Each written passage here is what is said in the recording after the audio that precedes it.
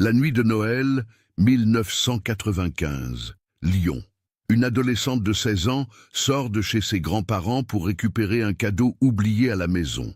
Le trajet entre le quartier de Croix-Rousse et celui de Vèze ne prend normalement que 20 minutes en bus. Amélie Fontaine ne reviendra jamais. Pendant 8 ans, sa famille vivra dans l'incertitude la plus totale. Pas de corps, pas de témoins, pas d'indices concrets, juste le vide laissé par une adolescente brillante qui s'est volatilisée dans la nuit la plus magique de l'année. Les enquêteurs épuiseront toutes les pistes possibles, interrogeront des dizaines de personnes, fouilleront chaque recoin des quartiers qu'elle aurait pu traverser. Rien. Mais en 2003, lors de travaux de rénovation d'un ancien entrepôt industriel près du quai de la Pêcherie, des ouvriers font une découverte qui glacera le sang des enquêteurs. Un cadeau de Noël parfaitement emballé, préservé par les conditions particulières du lieu, portant une étiquette manuscrite au nom d'Amélie. À l'intérieur, un objet qui va bouleverser complètement l'enquête et révéler une vérité que personne n'aurait pu imaginer. Comment ce cadeau s'est-il retrouvé là? Qui l'a déposé? Et surtout, que contenait-il de si troublant pour transformer radicalement la compréhension de cette disparition? Ce que les enquêteurs découvriront dans ce paquet remettra en question tout ce qu'ils croyaient savoir sur Amélie Fontaine et sur les événements de cette nuit de Noël. Avant de continuer avec cette histoire troublante, si vous appréciez les affaires mystérieuses réelles comme celle-ci, abonnez-vous à la chaîne et activez les notifications pour ne manquer aucun nouveau cas. Maintenant, découvrons comment tout a commencé. Lyon, 1995. La deuxième plus grande ville de France connaît une période de transformation urbaine importante. Les quartiers historiques comme Croix-Rousse et le Vieux Lyon attirent de plus en plus de familles de classe moyenne supérieure, tandis que les zones industrielles, le long de la Saône, commencent leur lente reconversion. C'est dans ce contexte que la famille Fontaine s'est installée à Vèze 3 ans plus tôt, dans une maison bourgeoise rénovée de la rue Sergent-Michel Berthet, non loin du parc de l'Observance. Michel Fontaine, 42 ans, est chirurgien orthopédique à l'hôpital Édouard Herriot. Grand, les cheveux grisonnants, toujours impeccablement coiffés, il incarne le succès professionnel et l'exigence personnelle. Ses collègues le décrivent comme brillant mais distant, un perfectionniste qui attend de son entourage les mêmes standards qu'il s'impose à lui-même. Son parcours est celui d'un homme qui s'est construit seul, issu d'une famille modeste de la région lyonnaise, ayant obtenu sa place dans le monde médical à force de travail acharné et de sacrifices. Isabelle Fontaine, 39 ans, enseigne la littérature française au lycée du Parc, l'un des établissements les plus prestigieux de la ville. Plus douce en apparence que son mari, elle cache derrière son sourire mesuré une forme de mélancolie que seuls ses proches perçoivent. Passionnée de poésie symboliste, elle trouve dans les textes de Baudelaire et Verlaine un refuge contre les pressions d'une vie familiale où tout doit paraître parfait. Ses élèves l'apprécient pour sa sensibilité, mais remarquent aussi ses absences soudaines, ces moments où son regard se perd vers la fenêtre de la classe, comme si elle était ailleurs. Le couple Fontaine représente pour leur entourage l'image d'une réussite sociale accomplie. Leur maison de Vèze, avec son petit jardin soigneusement entretenu et sa façade en pierre blonde typique de l'architecture lyonnaise du début du XXe siècle, témoigne de leur ascension sociale.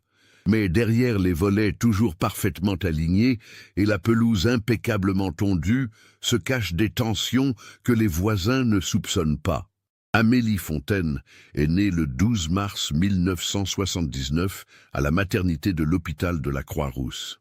Dès son plus jeune âge, elle montre une intelligence vive et une curiosité insatiable.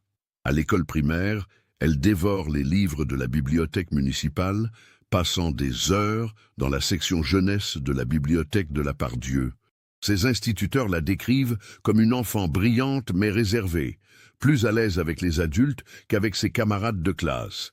En 1995, Amélie est en première au lycée Saint-Marc, un établissement privé catholique du 5e arrondissement. Grande pour son âge, 1,72 m, elle a hérité des yeux noisettes de sa mère et de la structure osseuse fine de son père. Ses cheveux châtains clairs, qu'elle porte généralement en queue de cheval haute, encadrent un visage aux traits délicats où percent déjà les signes d'une beauté qui s'affirme. Mais ce qui frappe le plus chez Amélie, c'est son regard.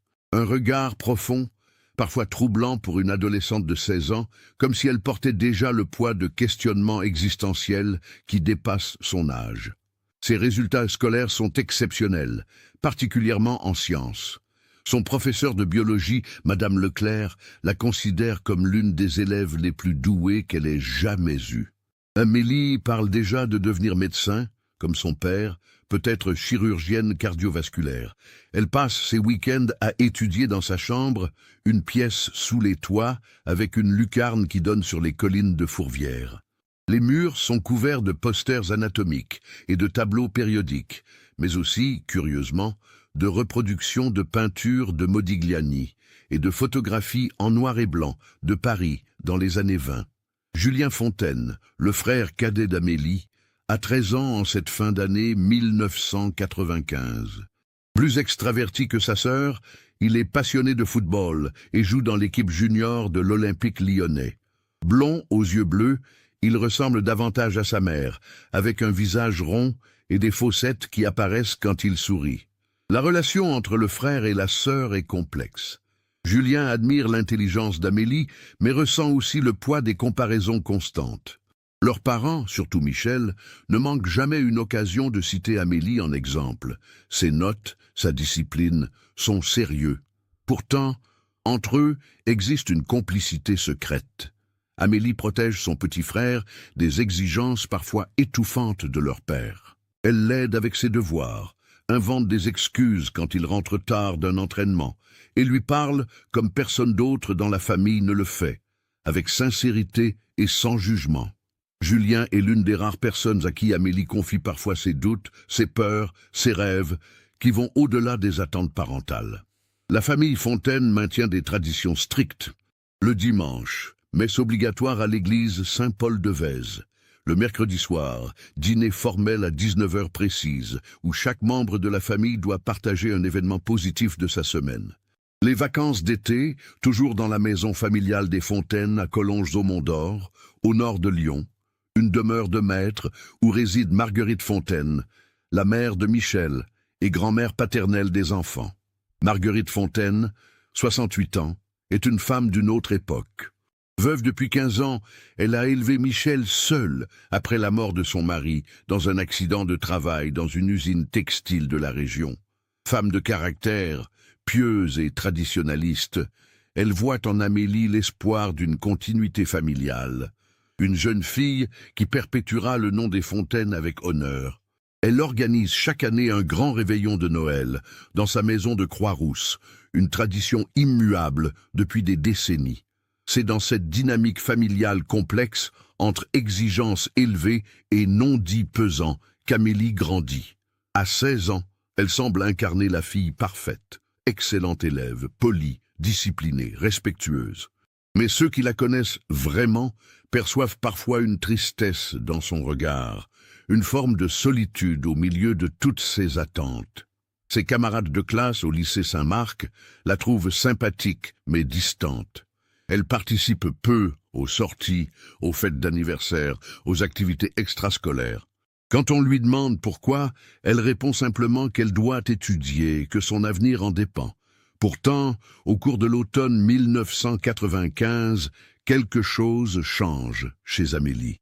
Ses professeurs remarquent une légère baisse de concentration. Elle qui levait toujours la main en cours devient plus silencieuse. Madame Leclerc la surprend plusieurs fois, le regard perdu par la fenêtre pendant les travaux pratiques de biologie. Isabelle Fontaine note que sa fille passe plus de temps dans sa chambre, porte fermée, et qu'elle a commencé à écouter de la musique différente, du rock alternatif français, des groupes comme Noir Désir et Louise Attaque, très loin des musiques classiques qu'elle écoutait auparavant. Julien perçoit lui aussi ce changement. Amélie sourit davantage, mais d'un sourire secret, comme si elle gardait un trésor caché. Elle sort parfois le samedi après-midi, prétextant aller à la bibliothèque de la part Dieu, mais revient avec les joues rosies et les yeux brillants, sans nouveaux livres dans son sac. Quand son frère lui demande où elle était vraiment, elle lui fait un clin d'œil et pose un doigt sur ses lèvres. Leur secret. Le 24 décembre 1995, Lyon se pare de ses illuminations de Noël. La place Bellecour brille de 1000 feux. Les rues commerçantes de la presqu'île sont bondées de derniers acheteurs de cadeaux. Un temps froid mais sec s'est installé sur la ville depuis plusieurs jours, avec des températures avoisinant les 2 degrés le soir. Le ciel est clair, étoilé, une de ces nuits d'hiver où l'air glacial rend les lumières de la ville encore plus scintillantes. La journée du 24 décembre commence normalement pour la famille Fontaine. Michel part tôt à l'hôpital pour assurer une garde d'urgence qui doit se terminer à 15 heures. Isabelle prépare les derniers détails pour le réveillon chez Marguerite, prévu pour 19h30. Amélie se lève vers 9h, ce qui est inhabituel pour elle qui d'habitude étudie dès 7h du matin. Elle descend à la cuisine en robe de chambre, les cheveux détachés, et semble particulièrement de bonne humeur. Isabelle se souviendra plus tard de ce détail. Sa fille fredonnait en préparant son petit déjeuner, quelque chose qu'elle ne faisait presque jamais. Quand sa mère lui demande si tout va bien, Amélie répond simplement qu'elle est heureuse que ce soit Noël, qu'elle a hâte de voir grand-mère Marguerite et de passer du temps en famille. Une réponse banale, mais le ton avec lequel elle la prononce reste gravé dans la mémoire d'Isabelle. Il y avait dans sa voix une légèreté inhabituelle, presque une forme d'excitation contenue. Vers 11h, Amélie monte dans sa chambre et en ressort 1 heure plus tard, habillée avec un soin particulier.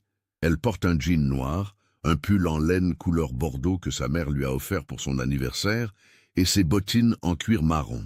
Elle s'est maquillée légèrement, juste un peu de mascara et de gloss, ce qui n'est pas dans ses habitudes pour une réunion familiale. Isabelle remarque aussi qu'elle porte le collier en argent que Marguerite lui a donné pour ses 15 ans. Un petit pendentif en forme de croix qu'elle ne met que dans les grandes occasions. L'après-midi se déroule dans les préparatifs habituels. Michel rentre de l'hôpital vers 15h30, visiblement fatigué. Julien joue à sa console dans le salon, un nouveau jeu qu'il a reçu en avance pour Noël. Amélie aide sa mère à emballer les derniers cadeaux dans la salle à manger. Isabelle se souviendra qu'elles ont parlé de choses banales, des études, des vacances qui approchent, du nouveau roman qu'Isabelle vient de terminer. Rien qui laisse présager ce qui va suivre. Vers 17h, la famille se prépare à partir pour Croix-Rousse. C'est à ce moment qu'Amélie réalise qu'elle a oublié le cadeau destiné à sa grand-mère dans sa chambre. Un cadeau qu'elle a préparé elle-même, une boîte à bijoux en bois qu'elle a restaurée et décorée pendant des semaines. Michel, déjà nerveux à l'idée d'arriver en retard, s'agace.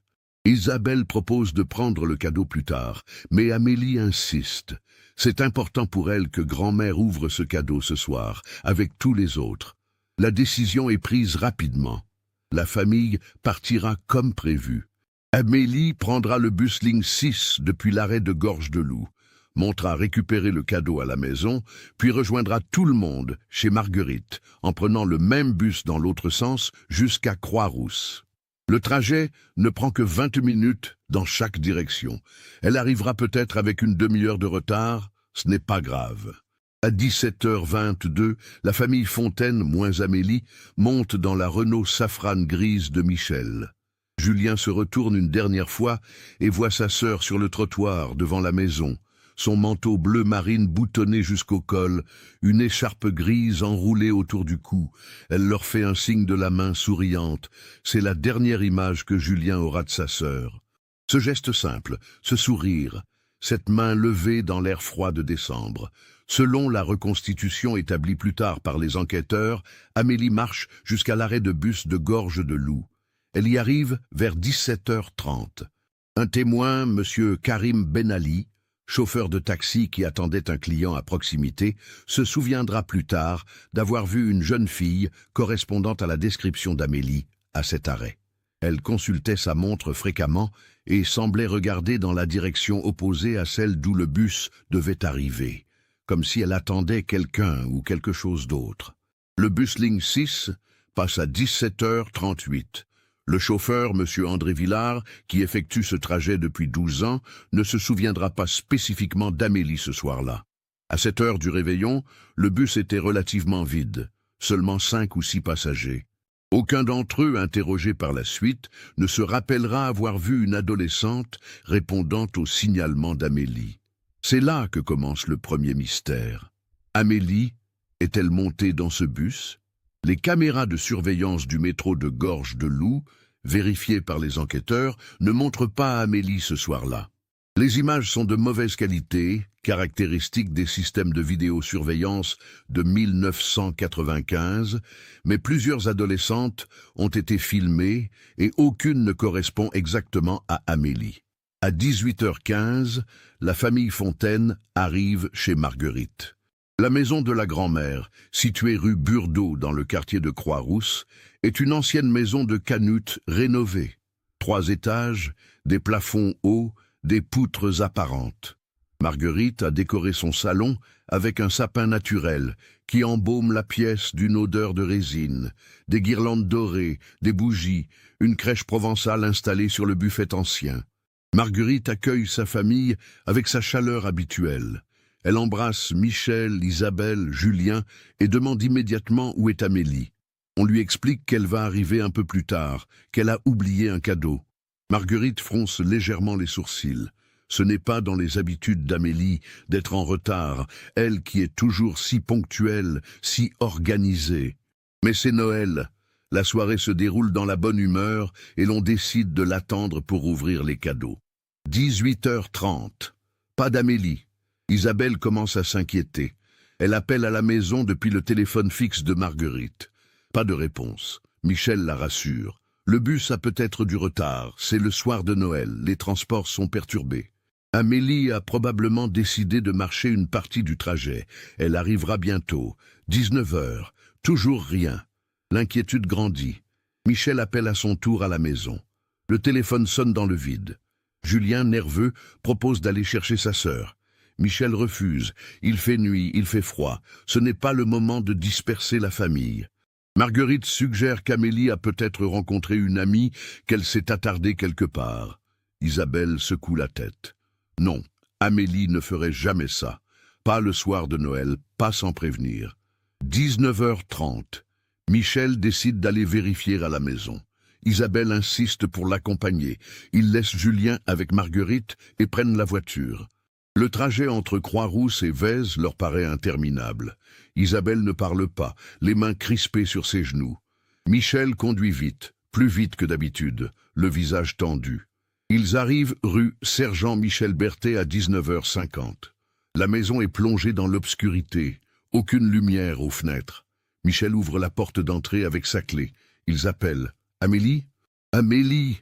Leur voix résonne dans le silence. Ils montent à l'étage, ouvrent la porte de la chambre de leur fille. La pièce est vide, le lit est fait. Sur le bureau, les livres sont rangés avec soin. Et là, sur la table de nuit, la boîte à bijoux destinée à Marguerite, emballée dans du papier cadeau rouge et or, avec un ruban doré. C'est à ce moment précis qu'Isabelle comprend. Sa fille n'est jamais revenue à la maison.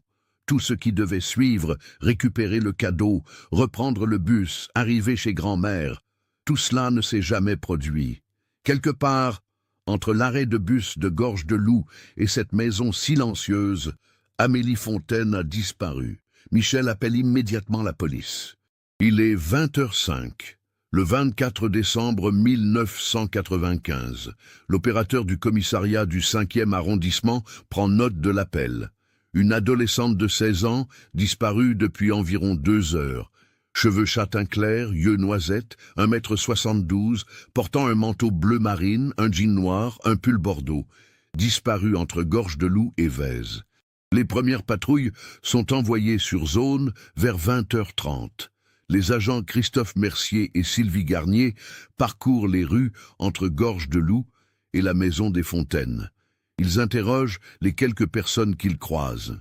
C'est le soir de Noël, les rues sont presque désertes. Personne n'a rien vu, personne n'a rien entendu. Les commerces sont fermés, les volets des maisons sont clos, Les familles sont réunies autour de leur table de réveillon. L'inspecteur Laurent Garnier, 48 ans, 25 ans d'expérience à la police judiciaire de Lyon, est de permanence ce soir-là. Quand le signalement de la disparition d'Amélie arrive sur son bureau vers 21h, quelque chose attire immédiatement son attention.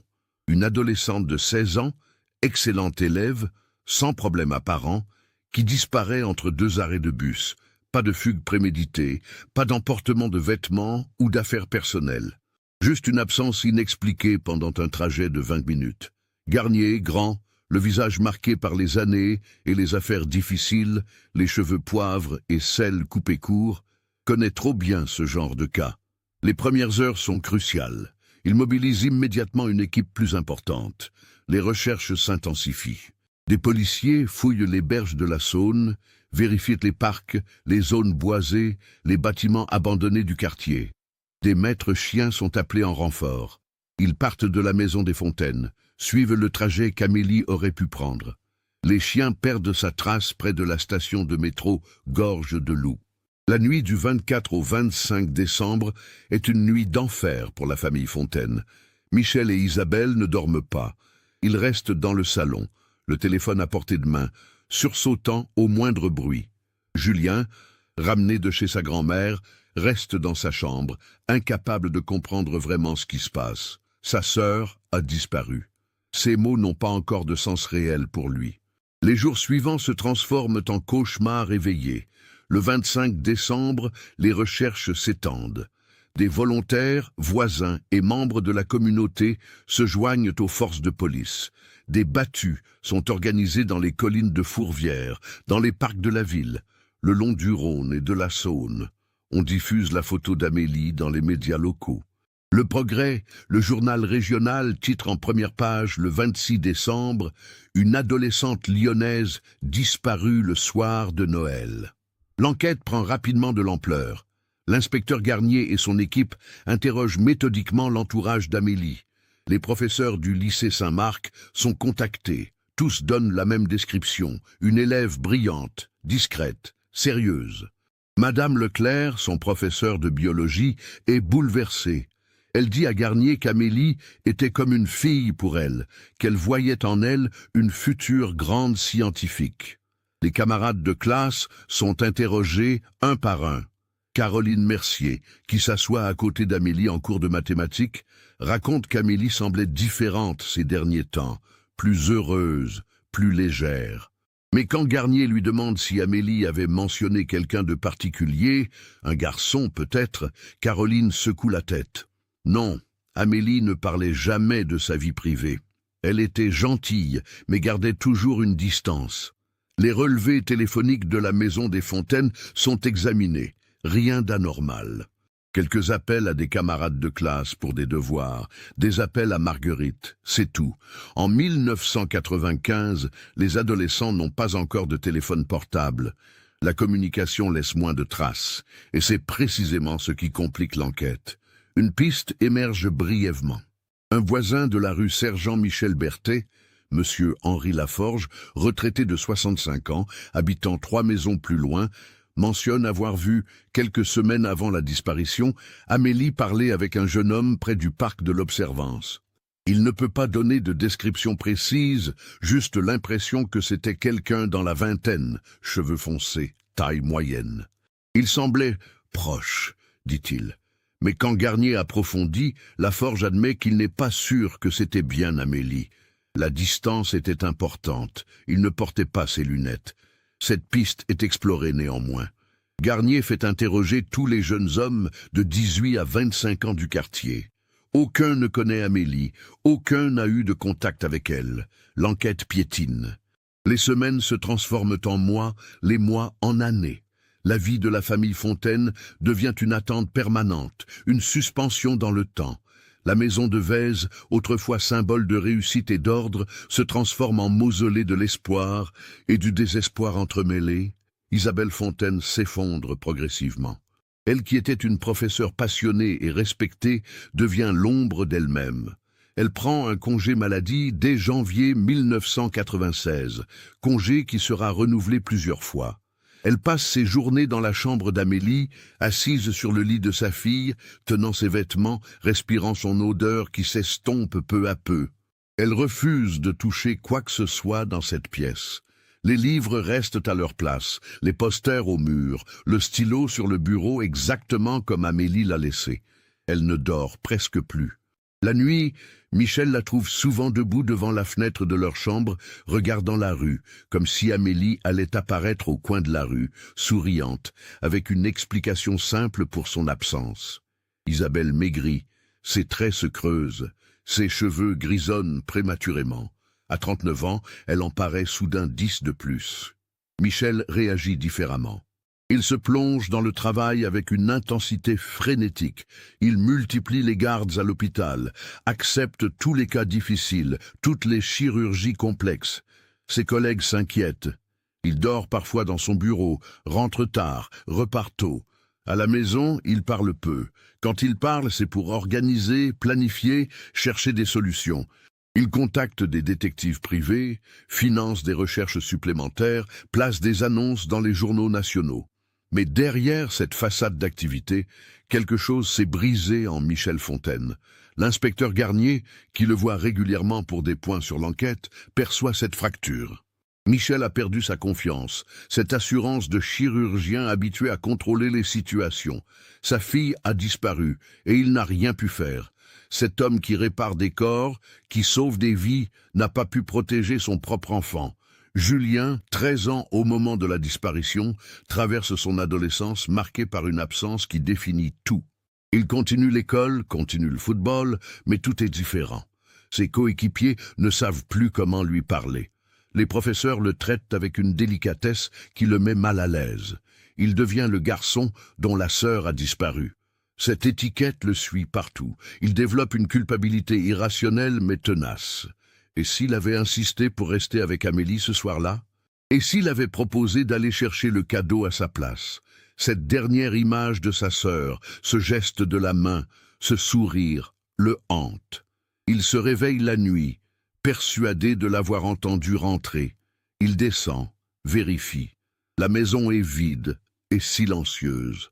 Au fil des années, Julien devient un adolescent, puis un jeune homme introverti. Il abandonne le football à 15 ans, se réfugie dans les études, mais sans la passion qu'avait Amélie. Il étudie par nécessité, par habitude, mais son cœur n'y est pas. Il observe ses parents se désintégrer lentement, et il ne sait pas comment les aider, ni comment s'aider lui-même. Marguerite Fontaine, la grand-mère, réagit avec sa foi. Elle prie chaque jour pour le retour d'Amélie. Elle organise des messes, des neuvaines, contacte tous les saints qu'elle connaît. Elle est persuadée qu'Amélie est vivante quelque part, qu'elle reviendra. Cette certitude inébranlable est à la fois réconfortante et douloureuse pour le reste de la famille. Marguerite vieillit rapidement après la disparition. Ses cheveux deviennent complètement blancs, sa démarche se fait plus lente. Mais elle garde cette force de la foi qui impressionne même l'inspecteur Garnier. L'enquête officielle reste ouverte, mais au fil des années, l'activité se réduit. En 1996, Garnier et son équipe explorent toutes les pistes imaginables. Ils vérifient les hôpitaux, les morgues, les centres pour sans-abri. Ils contactent les polices d'autres villes, d'autres pays. Ils interrogent des dizaines de personnes, certaines plusieurs fois. Mais aucune piste concrète n'émerge. La théorie de la fugue est rapidement écartée. Amélie n'a pris aucun vêtement, aucun argent, aucun document. Son compte d'épargne, ouvert à son nom depuis ses 15 ans, n'a jamais été touché. Son passeport est toujours dans le tiroir du bureau de son père. La théorie de l'enlèvement semble plus probable. Mais par qui et pourquoi? Aucune demande de rançon n'est jamais formulée. Les Fontaine, bien qu'aisés, ne sont pas suffisamment riches pour justifier un enlèvement crapuleux. Et si l'enlèvement avait un autre motif, sexuel ou autre, pourquoi aucun corps n'a jamais été retrouvé? Les accusations commencent à circuler, d'abord en sourdine, puis plus ouvertement. Dans une affaire de disparition, les regards se tournent souvent vers la famille. Michel Fontaine, avec sa froideur apparente, suscite des soupçons. Est-il vraiment le père parfait qu'il prétend être? Garnier doit investiguer cette possibilité, même s'il n'y croit pas vraiment. Michel est interrogé longuement. Ses horaires du 24 décembre sont vérifiés et revérifiés. Il a un alibi solide. Il était à l'hôpital jusqu'à 15h30, puis à la maison avec Isabelle et Julien, puis chez Marguerite. Impossible qu'il soit impliqué directement. Isabelle est elle aussi interrogée, avec plus de douceur. Y avait-il des tensions avec Amélie, des conflits? Isabelle secoue la tête, les larmes coulant sur ses joues creuses. Non, aucun conflit majeur. Les tensions normales entre une mère et sa fille adolescente, rien de plus. Elle regrette maintenant chaque dispute, chaque mot dur, chaque moment où elle n'a pas écouté suffisamment sa fille. Les années passent. En 1997 puis 1998, l'affaire Amélie Fontaine devient un cold case, un de ces dossiers que les enquêteurs ressortent de temps en temps, espérant qu'un nouvel élément, une nouvelle technologie, un nouveau témoignage permettra une avancée. Mais rien ne vient. En l'an 2000, Julien a 18 ans. Il termine le lycée, entre à l'université pour étudier le droit, un choix qui surprend ses parents. Il explique qu'il veut comprendre le système judiciaire, peut-être aider d'autres familles dans leur situation un jour. Michel et Isabelle acquiescent, mais ils sont ailleurs, perdus dans leur propre brouillard de douleur. Le couple Fontaine se désintègre lentement.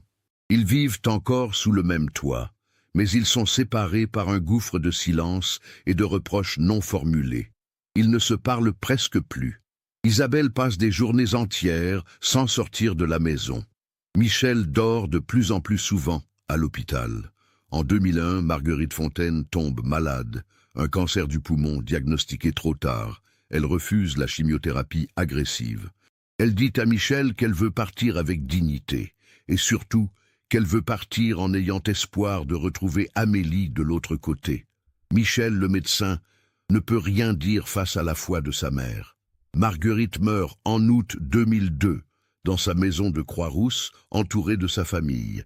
Ses derniers mots sont pour Amélie. « Dis-lui que je l'attends », murmure-t-elle à Michel.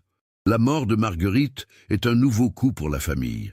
C'était elle qui maintenait une forme d'espoir, une certitude que tout finirait par s'arranger. Sans elle, il ne reste que le vide et les questions sans réponse. C'est dans ce contexte de deuil accumulé, de vie suspendue depuis presque 8 ans, que survient l'événement qui va tout changer. Un événement qui commencera par un simple chantier de rénovation dans un quartier en transformation de Lyon. Le 15 avril 2003, au matin, le quartier du quai de la Pêcherie, le long de la Saône, connaît depuis plusieurs mois une vague de rénovation urbaine. D'anciens entrepôts industriels, vestiges de l'époque où Lyon était un centre important de textile et de commerce fluvial, sont transformés en loft, en bureaux modernes, en espaces culturels. Cette transformation fait partie du grand projet de réhabilitation des berges du Rhône et de la Saône, lancé par la municipalité. L'entreprise Renault Rénovation a obtenu le contrat pour la transformation d'un ancien entrepôt de stockage de tissus, abandonné depuis les années 80. Le bâtiment, une structure en pierre et briques rouges typique de l'architecture industrielle du début du XXe siècle, mesure 3 étages. Il est resté vide pendant plus de 20 ans, les fenêtres murées, les portes condamnées, un lieu que les habitants du quartier ont appris à ignorer, à peine visible derrière une palissade délabrée. Ce matin-là, l'équipe de démolition, dirigée par Franck Reynaud, 45 ans, commence à ouvrir les niveaux inférieurs du bâtiment. L'air qui s'échappe quand il force la porte du sous-sol est chargé d'humidité et de poussière accumulée. L'électricité a été coupée depuis des décennies. Ils travaillent avec des lampes halogènes portatives qui projettent des ombres démesurées sur les murs de pierre suintant. Le sous-sol est divisé en plusieurs salles. La première, la plus grande, était probablement utilisée pour le stockage de marchandises. Des étagères métalliques rouillées s'effondrent contre les murs. Des caisses en bois pourries jonchent le sol. L'humidité a tout détérioré, transformant le lieu en une sorte de grotte sombre où l'eau ruisselle le long des parois. C'est Philippe Marceau, 28 ans, ouvrier dans l'entreprise depuis 5 ans, qui entre le premier dans la deuxième salle du sous-sol. Il doit évaluer l'état des fondations, vérifier s'il y a des risques d'effondrement. Sa lampe balaye l'espace. Des toiles d'araignée pendent du plafond bas. Le sol est couvert d'une couche de poussière et de débris. Et là, dans un recoin, protégé par une alcôve naturelle formée par un ancien conduit de ventilation, Philippe voit quelque chose qui n'a pas sa place ici. Un paquet, un cadeau de Noël, emballé dans du papier rouge et or avec un ruban doré. Le papier est taché, décoloré par endroits, mais étonnamment préservé. L'alcôve a créé une sorte de microclimat, protégeant l'objet de l'humidité excessive qui règne dans le reste du sous-sol. Le paquet mesure environ 20 cm de long, 15 de large, 10 de hauteur.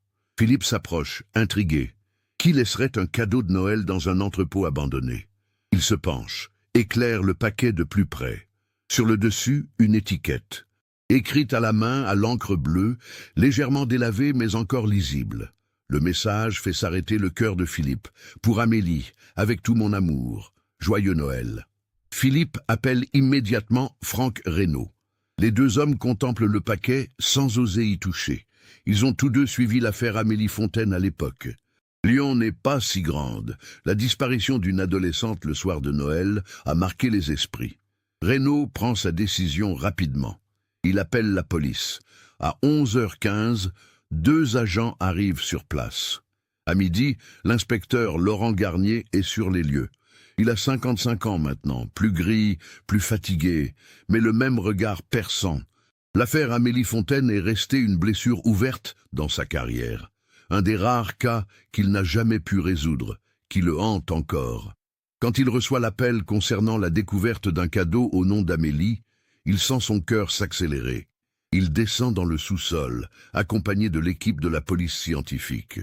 Le paquet est photographié sous tous les angles. Sa position exacte dans la pièce est relevée. Puis, avec des gants, Garnier le soulève délicatement. Il est étonnamment léger. Il le secoue doucement. Quelque chose bouge à l'intérieur. Pas très lourd, avec un bruit mat. Le paquet est transporté au laboratoire de la police scientifique. Là, dans une salle stérile, sous les lumières blanches, Garnier et son équipe l'ouvrent avec une précaution de chirurgien.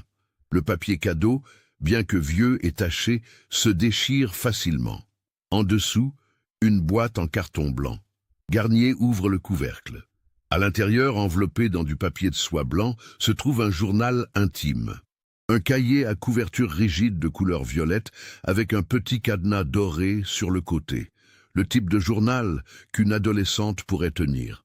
Garnier le soulève. Le cadenas n'est pas fermé. Il ouvre le cahier à la première page. L'écriture est nette, appliquée, avec de légères arabesques caractéristiques d'une main féminine. En haut de la page, une date.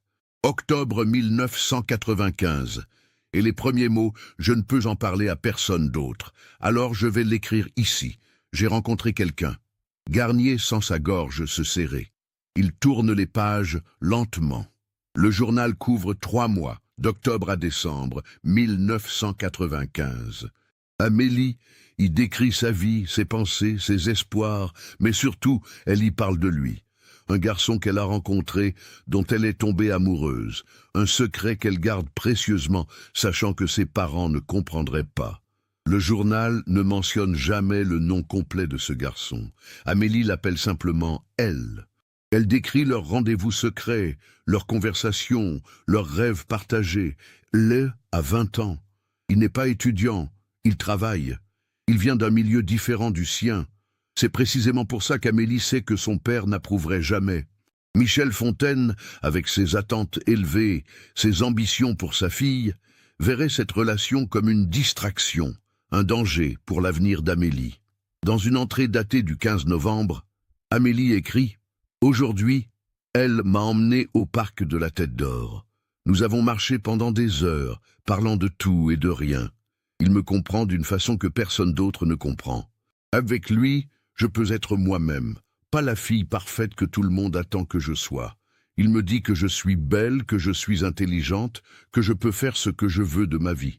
Personne ne m'a jamais dit ça avant. » Le 20 décembre, 4 jours avant sa disparition, Amélie écrit « Elle m'a offert ce journal pour que je puisse écrire mes pensées. C'est le plus beau cadeau que j'ai jamais reçu. Il sait combien j'aime écrire, combien j'ai besoin d'un espace rien qu'à moi. Il me connaît vraiment. Je lui ai dit que je voulais qu'il rencontre ma famille, que j'en avais assez de ce secret. Il a dit qu'on le ferait bientôt, qu'il fallait juste trouver le bon moment, peut-être après Noël. Et puis, la dernière entrée. Le 23 décembre 1995. Demain c'est Noël. Elle m'a demandé de le retrouver demain soir. Il dit qu'il a quelque chose d'important à me dire. Je suis nerveuse, mais excitée. Je sens que quelque chose va changer. J'ai décidé que je parlerai de lui à mes parents après Noël. Je ne peux plus continuer à mentir. Je l'aime et je veux que tout le monde le sache. Garnier referme le journal. Le silence dans la salle du laboratoire est pesant. Toute l'équipe comprend ce que cela signifie. Amélie n'est pas partie de chez elle pour récupérer un cadeau. Elle est partie retrouver quelqu'un. Un garçon dont elle était amoureuse. Un garçon que personne dans son entourage ne connaissait. Un garçon qui lui avait donné rendez-vous le soir de Noël. Mais pourquoi ce journal se trouvait-il dans un entrepôt abandonné? Qui l'a mis là? Et surtout, qui est ce « elle » ? L'enquête reprend avec une intensité nouvelle. Garnier, qui pensait ne jamais avoir de réponse à cette affaire, sent l'adrénaline de la piste fraîche. Il réunit son équipe. Ils vont reprendre tout depuis le début, mais maintenant avec une direction claire. La première étape est d'informer la famille Fontaine. C'est Garnier lui-même qui se rend à la maison de Vèze, ce même après-midi du 15 avril. Il n'a pas vu Michel et Isabelle depuis plusieurs mois. Quand Isabelle ouvre la porte, Garnier est choqué par son apparence. Elle a 52 ans mais en paraît 70. Ses cheveux sont complètement blancs, son visage émacié. Ses yeux, autrefois si expressifs selon les descriptions que Garnier avait eues, sont maintenant éteints. Michel arrive du travail 1 heure plus tard. Lui aussi a vieilli, mais différemment. Il est toujours droit, toujours habillé impeccablement. Mais quelque chose dans son regard a changé, une dureté ou peut-être une résignation. Garnier leur explique la découverte. Il leur montre le journal, les laisse le lire. Isabelle pleure en silence, les larmes coulant sur ses joues sans qu'elle cherche à les essuyer. Ses mains tremblent en tournant les pages. Michel lit avec une concentration intense, sa mâchoire serrée. Quand il termine, il lève les yeux vers Garnier. « Elle avait un petit ami », dit-il, sa voix étrangement plate. « Notre fille avait un petit ami, et elle ne nous en a jamais parlé. Ce n'est pas une question. C'est un constat, et dans ce constat, Garnier entend tout le poids de la culpabilité. Si Amélie n'avait pas pu parler de cette relation à ses parents, c'est qu'elle savait qu'ils ne comprendraient pas. Et maintenant, 8 ans plus tard, cette relation secrète pourrait être la clé de sa disparition. Julien, appelé d'urgence, arrive 1 heure plus tard. Il a 21 ans maintenant, étudiant en droit, grand et mince, avec les yeux de sa mère. Quand Garnier lui montre le journal, Julien le lit en silence. Puis il lève les yeux. Et pour la première fois depuis des années, Garnier voit de la colère dans son regard. « Elle me l'avait dit », murmure Julien. « Pas directement, mais elle m'avait fait comprendre qu'elle voyait quelqu'un. J'aurais dû poser plus de questions, j'aurais dû insister. » Garnier secoue la tête. « Tu avais 13 ans, Julien. Ce n'était pas ta responsabilité. » Mais Julien ne l'écoute pas. Une nouvelle couche de culpabilité vient s'ajouter à celle qu'il porte depuis 8 ans. L'enquête se concentre maintenant sur l'identification de elle. Garnier et son équipe reprennent tous les témoignages de 1985. Ils recontactent les camarades de classe d'Amélie, maintenant adultes, établis dans leur vie. Est-ce que quelqu'un se souvient d'Amélie mentionnant un garçon? D'Amélie changeant ses habitudes? De quoi que ce soit qui pourrait les aider? Caroline Mercier, maintenant mariée et professeure elle-même, se souvient de quelque chose. Il y avait ce samedi, en novembre je crois, où Amélie devait venir étudier chez moi. Elle a annulé au dernier moment, disant qu'elle ne se sentait pas bien. Mais le lendemain, au lycée, elle était rayonnante. J'ai trouvé ça étrange à l'époque, mais je n'y ai pas pensé davantage. Un autre camarade, Maxime Durand, se souvient avoir vu Amélie près de la station de métro Bellecour un samedi après-midi. C'était inhabituel, parce qu'elle allait dans la direction opposée à la bibliothèque de la Part-Dieu où elle disait toujours qu'elle allait. Je l'ai appelée, mais elle ne m'a pas entendu, ou peut-être qu'elle a fait semblant de ne pas m'entendre. Les enquêteurs examinent l'entrepôt où le journal a été trouvé.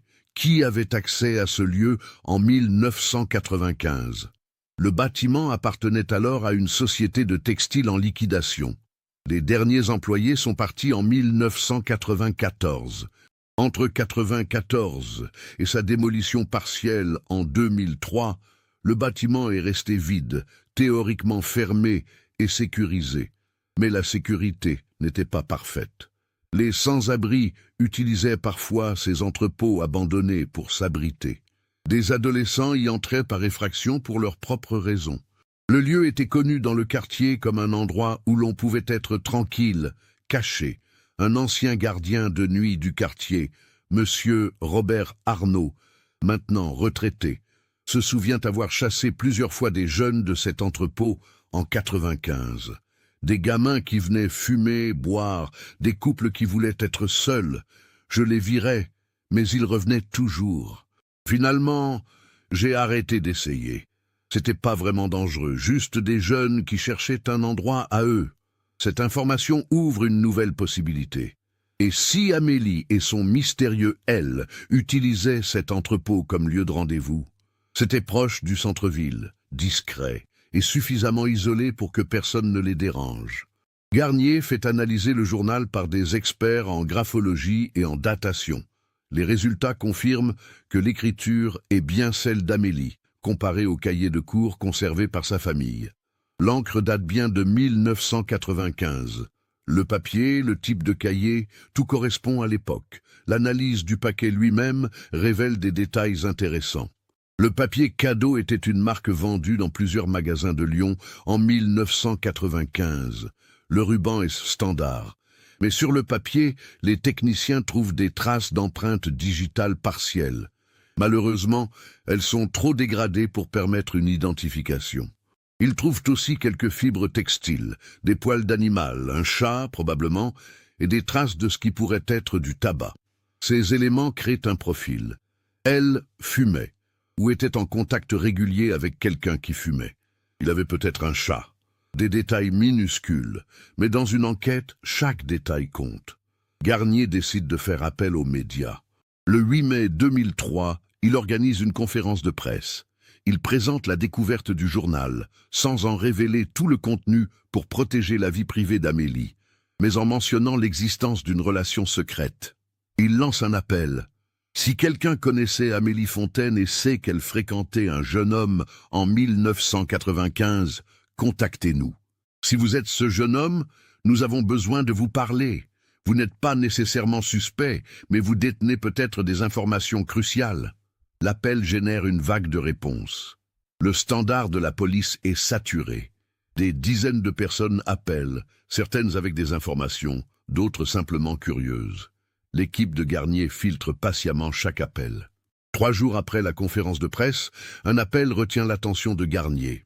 Une femme, qui refuse de donner son nom immédiatement, dit qu'elle travaillait dans un café près du métro Bellecour en 1995. Elle se souvient avoir vu plusieurs fois une jeune fille correspondant à la description d'Amélie. Elle venait le samedi après-midi, toujours seule d'abord. Puis un garçon la rejoignait. Ils s'asseyaient dans un coin, parlaient pendant des heures. Je me souviens d'eux parce qu'ils semblaient si intenses, comme s'ils étaient dans leur propre monde. Garnier la convainc de venir au commissariat. La femme, Madame Sophie Laurent, 48 ans maintenant, accepte de regarder des photos. Elle identifie formellement Amélie.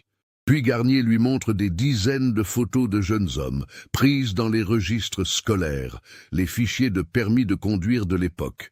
Sophie examine chaque photo avec concentration. « Celui-ci, dit-elle finalement, pointant une photo. Je ne suis pas sûr à 100%, ça fait longtemps, mais je crois que c'est lui. » La photo montre un jeune homme d'environ 20 ans, cheveux noirs, mi-longs, yeux foncés, un visage mince avec des traits marqués. Sous la photo, un nom, Luc Navarro. Garnier sent son pouls s'accélérer. Luc. Elle. Le puzzle commence à prendre forme. Luc Navarro.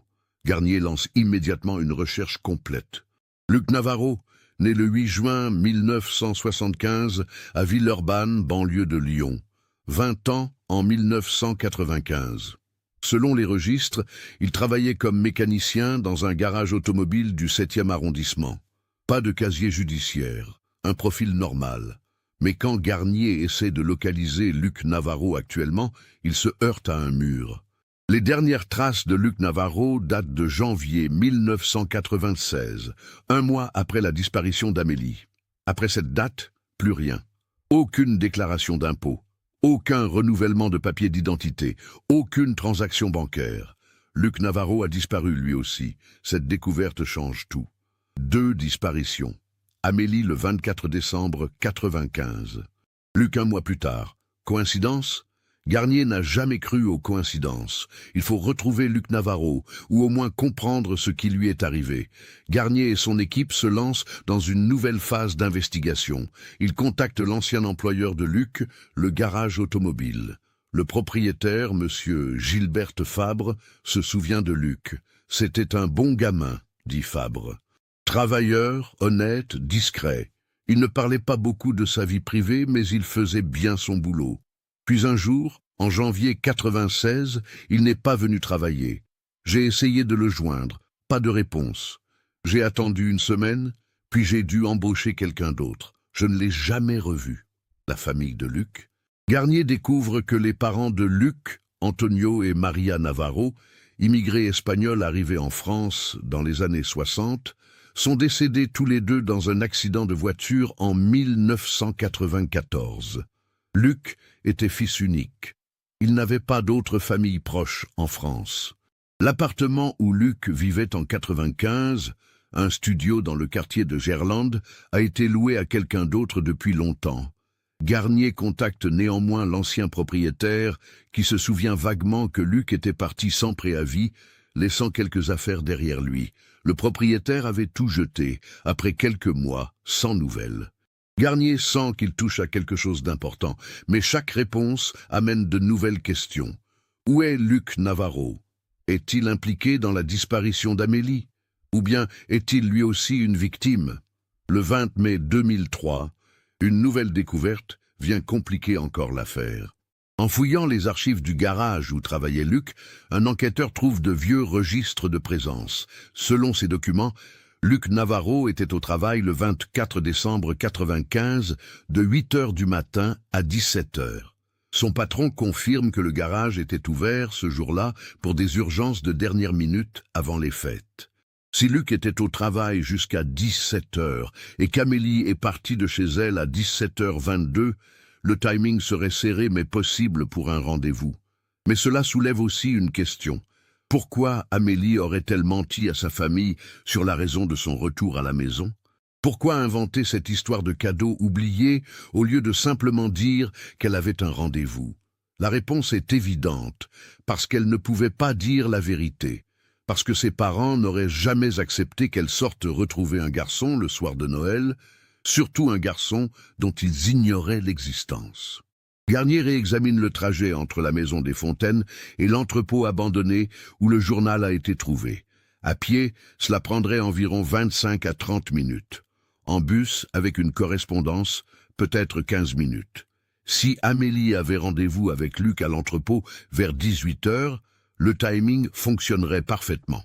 Mais alors, que s'est-il passé une fois qu'elle est arrivée? Et pourquoi personne n'a jamais retrouvé ni Amélie ni Luc après cette nuit? L'équipe de Garnier retourne à l'entrepôt. Ils le fouillent de fond en comble, chaque centimètre carré.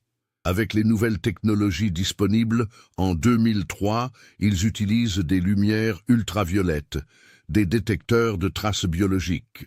Dans la même salle où le journal a été trouvé, ils découvrent quelque chose que les premières recherches avaient manqué. Sur le sol, dans un coin sombre, des taches, très pâles, presque invisibles, mais sous la lumière ultraviolette, elles brillent. Du sang, ancien. Les analyses ADN prennent plusieurs semaines, mais quand les résultats arrivent, ils confirment ce que Garnier craignait. Le sang appartient à Amélie Fontaine. La découverte du sang transforme l'enquête. Ce n'est plus une simple disparition. C'est maintenant officiellement traité comme un homicide probable. Garnier doit informer la famille Fontaine de cette nouvelle terrible. Le 15 juin 2003, il retourne à la maison de Vèze. Isabelle s'effondre complètement. Pendant 8 ans, elle a vécu avec l'espoir, aussi mince soit-il, qu'Amélie était quelque part vivante. Maintenant, cet espoir s'évanouit. Michel reste debout, rigide, son visage devenu un masque de pierre. Mais ses mains tremblent. Julien, lui, sort de la maison sans un mot et marche pendant des heures dans les rues de Lyon, incapable de gérer cette nouvelle réalité. L'enquête se concentre maintenant entièrement sur Luc Navarro. Où est-il? S'il a tué Amélie, pourquoi?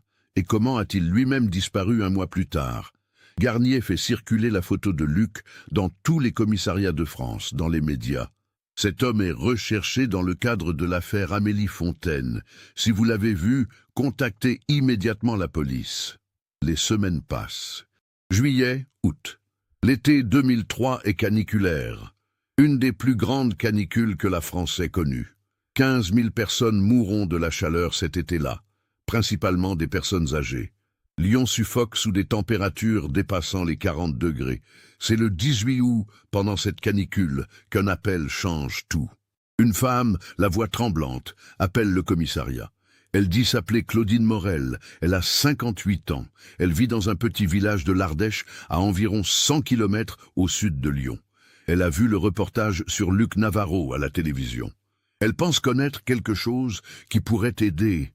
Garnier et un collègue font le trajet jusqu'au village de Saint-Montan le jour même. Claudine Morel les accueille dans sa petite maison de pierre, un bâtiment ancien avec des volets bleus et un jardin de lavande. Elle est nerveuse, se tord les mains en parlant. « Je ne sais pas si c'est important, commence-t-elle, mais j'ai reconnu ce garçon à la télé, Luc Navarro. Il est venu ici, dans notre village, en janvier 96. Je m'en souviens parce que c'était inhabituel d'avoir un jeune étranger en plein hiver. » Garnier se penche en avant. « Vous l'avez vu? Vous lui avez parlé? »« Oui, il cherchait ma sœur, Émilie Morel. Elles avaient le même nom de famille, mais ce n'était qu'une coïncidence. Émilie travaillait à Lyon dans les années 80, elle était infirmière. Puis elle est revenue au village en 90 après un divorce. Et qu'est-ce que Luc Navarro voulait à votre sœur ?» Claudine baisse les yeux. Il disait qu'il la connaissait d'avant, qu'il avait besoin de lui parler de quelque chose d'important. Émilie a accepté de le voir. Ils sont allés marcher ensemble, près de la rivière. Quand elle est revenue, elle était bouleversée. Elle ne voulait pas me dire de quoi ils avaient parlé. « Où est votre sœur maintenant? Nous devons lui parler. » Le visage de Claudine se crispe. Émilie est morte. En février 96, un accident de voiture sur la route de Valence. Elle conduisait seule la nuit et sa voiture a quitté la route dans un virage. Les gendarmes ont dit qu'elle roulait trop vite, qu'elle n'avait pas négocié le virage. Garnier sent ses instincts d'enquêteur s'activer. Trop de coïncidences. Luc Navarro vient voir Émilie Morel en janvier 96. Un mois plus tard, Émilie meurt dans un accident. Un mois après la disparition d'Amélie, Luc disparaît lui-même. Vous avez dit qu'Émilie travaillait comme infirmière à Lyon dans les années 80. Dans quel hôpital? À l'hôpital Édouard Herriot. Elle a travaillé là-bas pendant 10 ans, de 80 à 90. L'hôpital Édouard Herriot, là où Michel Fontaine travaille comme chirurgien. Le monde se referme soudain, devient plus petit, plus sombre. De retour à Lyon, Garnier lance une investigation approfondie sur Émilie Morel. Il obtient les dossiers médicaux, les registres d'emploi de l'hôpital. Émilie Morel, infirmière au service de chirurgie orthopédique, a travaillé sous les ordres du docteur Michel Fontaine entre 85 et 89. Garnier sent qu'il approche de quelque chose d'énorme, quelque chose de sombre. Il décide de parler directement à Michel Fontaine. Mais cette fois, ce n'est pas une visite de courtoisie, c'est un interrogatoire. Le 22 août 2003, Michel Fontaine est convoqué au commissariat. Il arrive en costume, toujours impeccable, mais son visage trahit la fatigue et le stress accumulé. Garnier le fait asseoir dans une salle d'interrogatoire. L'entretien est enregistré. « Docteur Fontaine, vous souvenez-vous d'Émilie Morel ?» Michel hésite une fraction de seconde. Le nom me dit quelque chose. Peut-être une ancienne collègue? Elle était infirmière dans votre service pendant 4 ans, de 85 à 89. Ah oui, je me souviens maintenant. Une bonne infirmière, pourquoi? Garnier le regarde dans les yeux. Parce que Luc Navarro, le jeune homme qui fréquentait votre fille, est allé la voir 1 mois après la disparition d'Amélie, et qu'Émilie Morel est morte dans un accident peu après, et que vous ne m'avez jamais mentionné que vous connaissiez la mère de Luc Navarro. Le visage de Michel pâlit. La mère? Je ne comprends pas. Maria Navarro, née Maria Morel, la sœur d'Émilie. Maria a épousé Antonio Navarro en 1975, juste avant la naissance de Luc. Maria et Émilie étaient très proches. Maria travaillait comme femme de ménage à l'hôpital Édouard Herriot dans les années 80. Vous ne saviez pas? Michel secoue la tête, mais Garnier voit la sueur perler sur son front. Je ne fais pas attention aux femmes de ménage. Il y en a des dizaines. Mais vous faisiez attention à Émilie Morel, n'est-ce pas? Le silence qui suit est lourd. Michel fixe ses mains. Finalement, dans un murmure, il dit « Je veux un avocat ». Cette simple phrase confirme à Garnier qu'il est sur la bonne piste. Mais sur quelle piste exactement? Quel est le lien entre Michel Fontaine, Émilie Morel, Luc Navarro et la disparition d'Amélie? Garnier obtient un mandat pour fouiller les archives de l'hôpital plus en profondeur. Il découvre quelque chose d'intéressant. En 88, Émilie Morel a fait une demande de mutation dans un autre service. La demande a été refusée. 3 mois plus tard, elle a pris un congé maladie de 6 mois pour stress professionnel. En 89, elle a démissionné et quitté Lyon. Garnier contacte d'anciennes collègues d'Émilie. Après des années, certaines acceptent de parler. Une infirmière à la retraite, Madame Françoise Leroy, raconte « Émilie était une femme formidable, mais quelque chose s'est passé en 88. Elle est devenue différente, anxieuse, distante. On disait qu'elle avait eu une relation avec un médecin marié, que ça s'était mal terminé. Mais personne ne savait vraiment. Une relation avec un médecin marié. Michel Fontaine était marié en 88. Amélie avait 9 ans. Julien n'était pas encore né. Les pièces du puzzle commencent à s'assembler dans l'esprit de Garnier, mais l'image qu'elle forme est si sombre, si terrible, qu'il a du mal à y croire. Il convoque à nouveau Michel Fontaine, cette fois avec son avocat. L'interrogatoire dure des heures. Finalement, face à l'accumulation de preuves circonstancielles, Michel craque. Pas complètement, mais suffisamment. « Oui, admet-il, la voix brisée. J'ai eu une liaison avec Émilie Morel. Ça a duré 2 ans, de 86 à 88. J'étais malheureux dans mon mariage. Elle était là, elle me comprenait. Puis Isabelle est tombée enceinte de Julien, et j'ai mis fin à la relation. Émilie ne l'a pas bien pris. Elle voulait que je quitte ma femme. J'ai refusé. Elle a quitté l'hôpital, quitté Lyon. Je ne l'ai jamais revue. Et Luc Navarro, saviez-vous que c'était le neveu d'Émilie? Non, je vous le jure, je n'ai fait le lien qu'après la disparition d'Amélie, quand vous avez mentionné son nom. Mais à ce moment-là, il avait déjà disparu lui aussi. Garnier sent qu'il y a encore quelque chose que Michel ne dit pas. Il presse, insiste, mais Michel se referme derrière les conseils de son avocat. C'est Julien qui fournit la pièce manquante. 3 jours après l'interrogatoire de son père, il vient voir Garnier de son propre chef. Il a trouvé quelque chose dans le bureau de son père, quelque chose qu'il aurait dû trouver il y a des années. Je cherchais les papiers de succession de ma grand-mère, explique Julien, son visage marqué par la douleur et la trahison. Dans un tiroir fermé à clé, j'ai trouvé ça. Il tend à Garnier une enveloppe jaunie. À l'intérieur, une lettre, écrite à la main, datée du 20 décembre 1995. L'écriture est féminine, élégante. La lettre est signée Luc Navarro. Elle est adressée à Michel Fontaine, et son contenu fait froid dans le dos. Docteur Fontaine, vous ne me connaissez pas, mais je connais qui vous êtes. Ma mère, Maria Navarro, était la sœur d'Émilie Morel. Ma tante m'a tout raconté avant sa mort l'année dernière. Elle m'a dit ce que vous lui aviez fait, comment vous l'aviez utilisé puis abandonné. Elle m'a dit aussi autre chose. Quelque chose que vous ne savez pas. quelque chose dont nous devons parler. J'ai rencontré votre fille Amélie. Elle est merveilleuse.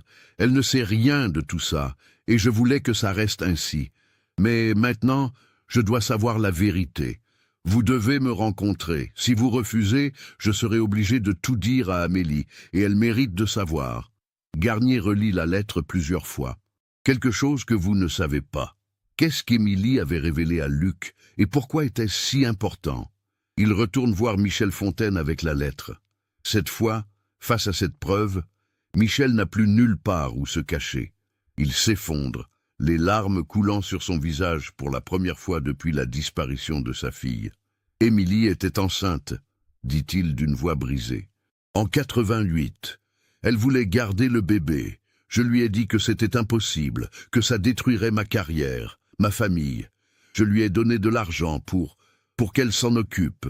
Elle a quitté Lyon peu après. Je pensais que c'était fini. Mais elle n'a pas avorté, devine Garnier. Michel secoue la tête. Je ne l'ai su que quand j'ai reçu cette lettre de Luc. Émilie avait eu le bébé. Elle l'avait confié à sa sœur Maria, qui était stérile. Maria et Antonio ont élevé l'enfant comme leur propre fils. Luc Navarro. Le silence dans la pièce est absolu. Garnier comprend maintenant l'horreur complète de la situation. « Luc Navarro est votre fils », dit-il lentement, et il a commencé une relation avec Amélie sans savoir qu'elle était sa demi-sœur. Michel hoche la tête, son visage ravagé par la culpabilité et le chagrin. « Quand j'ai reçu la lettre, j'ai paniqué. Je devais les empêcher. Je devais protéger Amélie. Je lui ai téléphoné au lycée le 23 décembre. Je lui ai demandé de venir me voir à l'hôpital, que c'était urgent. Elle a dit qu'elle ne pouvait pas, qu'elle avait quelque chose d'important. Je lui ai dit que c'était à propos de son petit ami, que je savais pour Luc. Ça l'a choquée. Elle a accepté de me retrouver le lendemain soir, le 24. Vous lui avez donné rendez-vous? Oui. Je lui ai dit de venir à l'hôpital après le réveillon familial. Mais elle m'a dit qu'elle avait déjà prévu de voir Luc ce soir-là. Elle voulait que nous nous rencontrions tous les trois, que tout soit clair. J'ai accepté. » Michel Fontaine continue son récit, chaque mot semblant lui arracher l'âme. « Je suis allé à l'entrepôt abandonné, là où Amélie et Luc se retrouvaient. C'est Luc qui m'avait indiqué l'endroit dans sa lettre. J'y suis arrivé vers 18h30. Ils étaient déjà là, tous les deux, assis sur de vieilles caisses, se tenant la main. Quand Amélie m'a vu, elle a souri. Elle était heureuse que je sois venu, que j'accepte de connaître Luc. » Michel s'arrête, suffoqué par l'émotion. Garnier attend, implacable. Je leur ai dit la vérité, tout, ma relation avec Émilie, le bébé, le fait que Luc était mon fils, que lui et Amélie étaient demi-frères et sœurs. Comment ont-ils réagi? Amélie est devenue blanche. Elle a regardé Luc, puis moi, puis encore Luc. Elle a secoué la tête, encore et encore, comme si elle pouvait effacer cette réalité en refusant de l'accepter. Luc était sous le choc aussi. Il s'est levé, il a commencé à faire les 100 pas. Il répétait « Ce n'est pas possible, ce n'est pas possible ». Et ensuite, Amélie s'est mise à pleurer. Elle a dit qu'elle voulait rentrer à la maison, qu'elle ne voulait plus jamais me voir. Elle m'a traité de monstre. Elle a couru vers la sortie.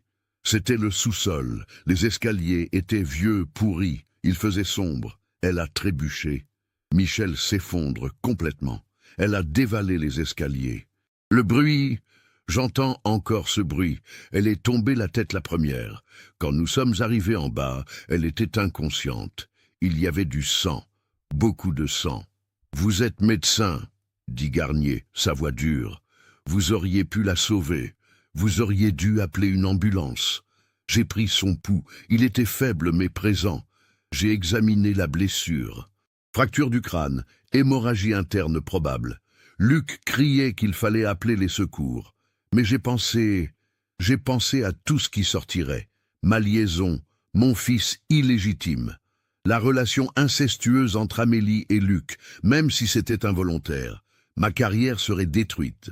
Ma famille serait détruite. Alors vous l'avez laissé mourir. » Michel ne répond pas, mais son silence est une confession. « Combien de temps ?» demande Garnier, luttant pour garder son sang-froid. « Je ne sais pas. 20 minutes peut-être. Luc me suppliait. Il voulait appeler les secours. Nous nous sommes battus, pas physiquement, mais verbalement.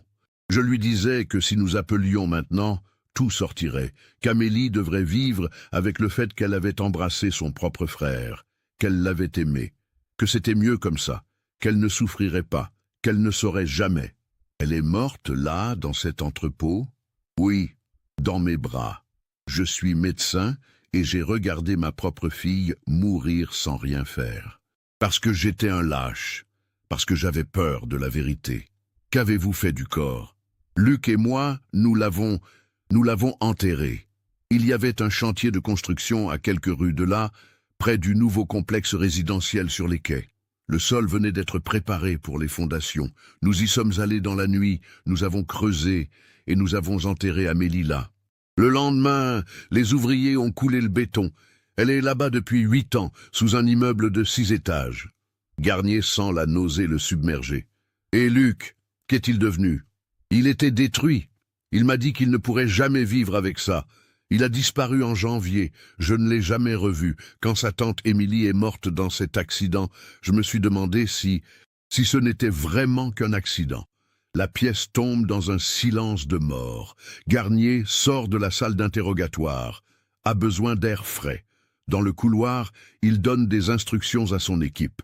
Arrêter Michel Fontaine pour homicide involontaire, non-assistance à personne en danger, dissimulation de cadavres, localiser l'immeuble construit en 96 près de l'entrepôt, obtenir des mandats pour exhumer.